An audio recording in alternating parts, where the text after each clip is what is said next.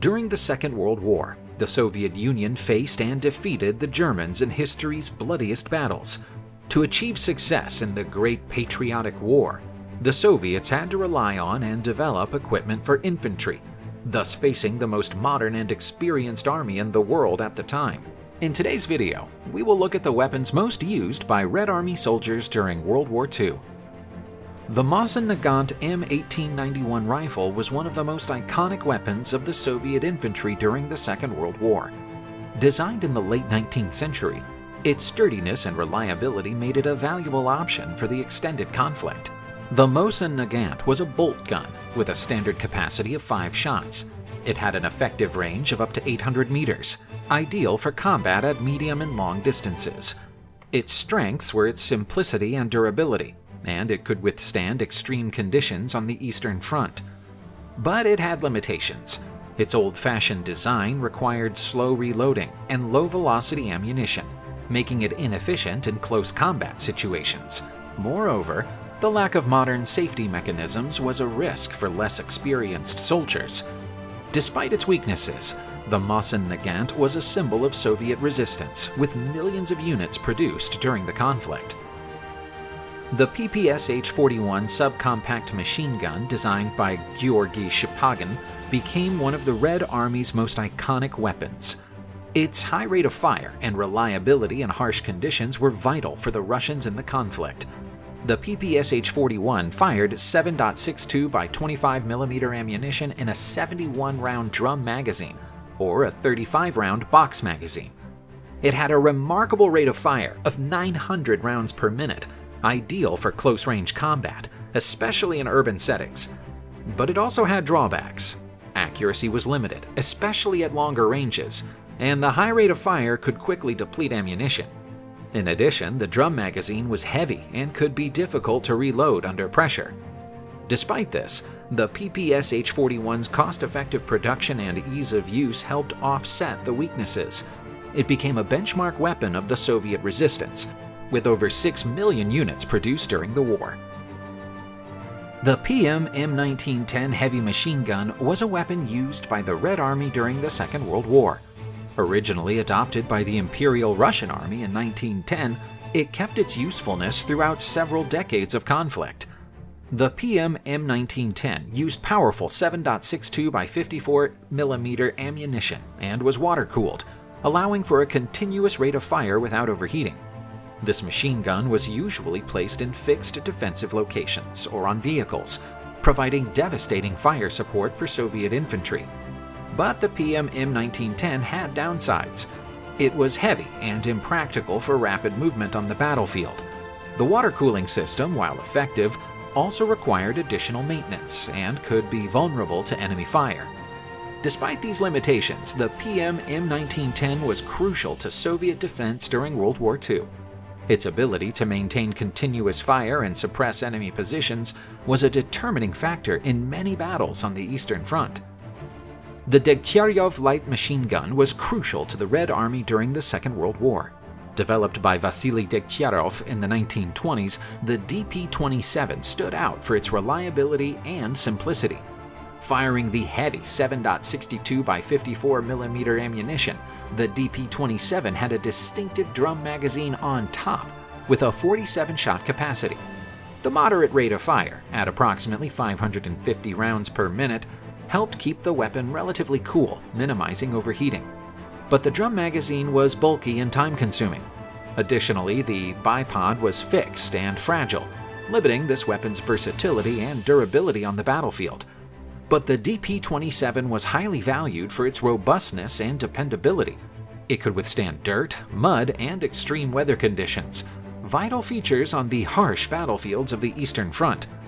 The Degtyaryov became an iconic weapon of the Soviet resistance during the Second World War. The Nagant M1895 revolver was another iconic weapon of the Red Army in World War II. Designed by Belgian brothers Emile and Léon Nagant, it had a reputation for being reliable and long-lasting. Equipped with a 7-shot cylinder, the Nagant M1895 used 7.63 by 38 mm ammunition, notable for crimping the barrel during firing, increasing the bullet's pressure and velocity. This allowed the use of a silencer, something rare in revolvers. Although strong and reliable, the Nagant M1895 had weaknesses. Its double-action mechanism was heavy, making it difficult to fire quickly and accurately. Also, the single-shot ammunition was less powerful than the traditional ammo in contemporary revolvers. Still, the reliability and serviceability of the Nagant M1895 made it a popular choice among Soviet officers and sergeants, and it remained in service after World War II. The PTRS-41, designed by Sergei Simonov, was a semi-automatic anti-tank rifle used by Soviet forces during the Second World War. It was intended to neutralize enemy armored vehicles, a major challenge on the modern battlefield. The PTRS-41 fired the powerful 14.5 by 114 mm cartridge, capable of piercing the armor of light vehicles and tanks. The semi-automatic capability allowed a relatively fast rate of fire for an anti-tank rifle, crucial in high-pressure situations. Reloading could be cumbersome in difficult conditions, and the powerful ammunition caused rapid barrel wear. Soldiers using this weapon would target the less protected or vulnerable areas of armored vehicles, as it was ineffective against thicker armor. Despite these limitations, the PTRS-41 allowed Soviet soldiers to face the threat of enemy armored vehicles. The infantry had an anti-tank defense capability that, while limited, was better than nothing in many cases. The Tokarev TT-33 semi-automatic pistol was designed by Fyodor Tokarev in the 1930s. It was mass-produced to replace the Nagant M1895 revolver to modernize Soviet infantry during World War II. The TT-33 is loaded with an 8-shot magazine, firing 7.62 by 25 mm ammunition. Noted for its high exit velocity, this ammunition allowed for greater penetrating capability. The weapon was also known for its reliability and simplicity of construction and maintenance. But the lack of an effective safety catch in the original design was an obvious concern. While the ammunition was powerful, the ammunition capacity was limited. But the TT-33's reliability, firepower, and simplicity made it a revered and common weapon among Soviet forces. It is still remembered as a symbol of Soviet resistance during the war. The F-1 hand grenade became known as the Lemon for its unique shape.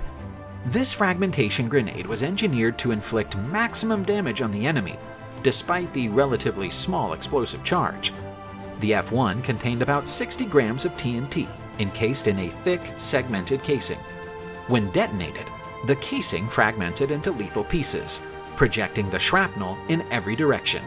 It was an extremely effective weapon in trenches, bunkers, or other confined spaces. But the F-1 had limitations. The fuse delay time, roughly 3 to 4 seconds, could be unpredictable. This often prevented the fighter from making the throw smoothly and accurately. Despite the disadvantages, the F-1 became a favorite weapon among Soviet forces. Its simplicity and lethality in close combat situations made it an essential component of the Soviet arsenal during World War II.